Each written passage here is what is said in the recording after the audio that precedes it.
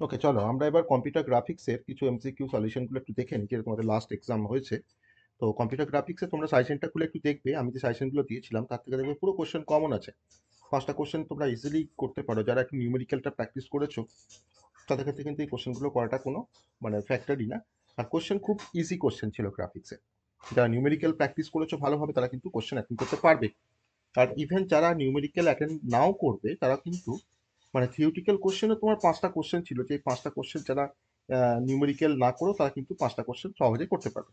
ওকে, চলো আমরা একটু দেখি কম্পিউটার গ্রাফিক্সের এমসিকিউ সলিউশনগুলো, মানে কারেক্ট সলিউশনগুলো। তো question number 1, 4:3, option number B. Question number 2, option number D, 2 to the power 18। খুব easy easy question. Question number 3, option number A, interactive computer graphics. Question number 4, scan line polygon fill algorithm, option number B. Question number 5, x-1, option number C. এটা এক্সও হয় আবার x-1ও হয়, দুটো কন্ডিশনের উপরে কিন্তু mid point circle generation algorithm কাজ করে। Question number 6, option number C, -3, 14। Question number 7, option number B, scaling. খুব simple question. Dash transformation is used for altering the size of an object. কোন ধরনের ট্রান্সফরমেশন ব্যবহার করে আমরা অবজেক্টের সাইজটাকে আমরা অল্টার করতে পারি? Scaling.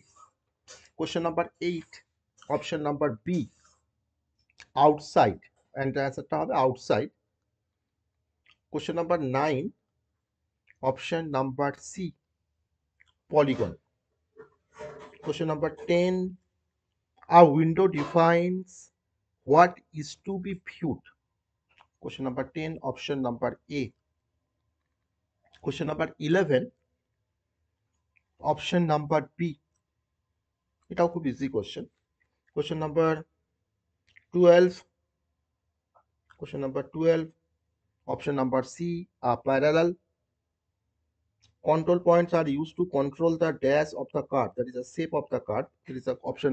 Question number 13, option A. Question number 14, the process of displaying 3D into 2D display unit is called projection, option number B. Okay, last question, question number 15.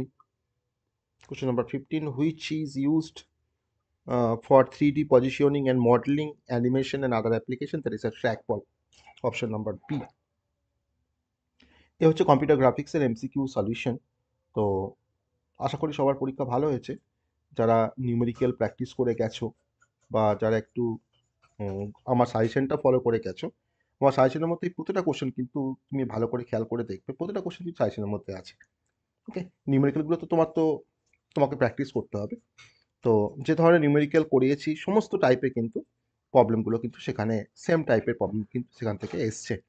যাই হোক, চলো, কম্পিউটার গ্রাফিক্স লাস্ট এক্সামিনেশন ছিল, আর আমরা 7 তারিখ থেকে batch start করছি। যারা interested তারা অ্যাডমিশন নেবে। আমি অ্যাডমিশন ফর্মের লিঙ্ক আমি গ্রুপে শেয়ার করবো, আমার স্ট্যাটাসে আমি শেয়ার করবো। ওকে, চলো, গুড নাইট।